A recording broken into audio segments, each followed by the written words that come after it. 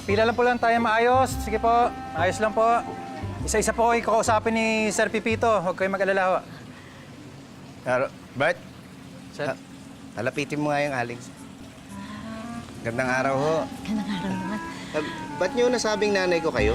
Nakita nga kita sa picture, anak. Sa dyaryo. Diyan. Oo. Kaya nalaman ko anak kita. Ha? Ganun lang? Oo.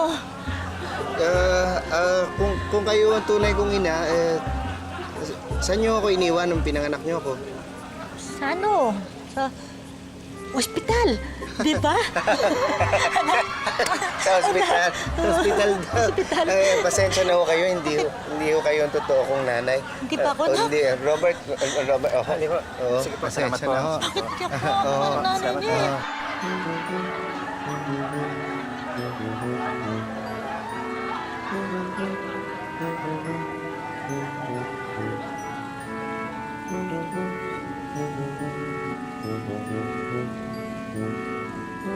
Anak, Yun.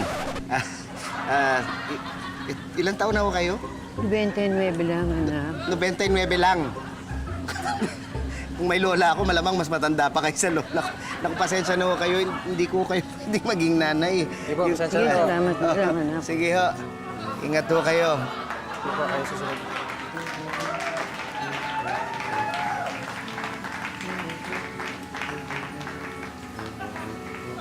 Anak ko, Ha? Ha? anak ko. Sino ho kayo? Ako nanay mo. Kayo ang nanay ko? Hindi ko kaya kayo ang tatay ko?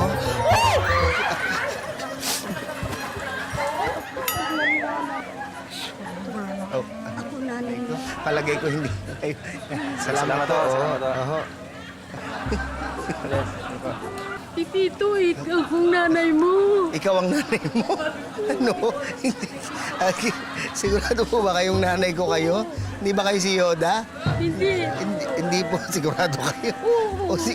Naku, Sige ho. hindi. Salamat po. Kasi hindi po Jedi ang nanay ko. Dali lang.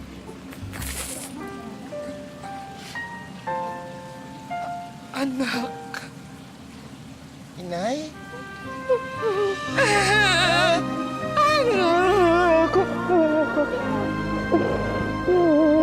Tapos na ho.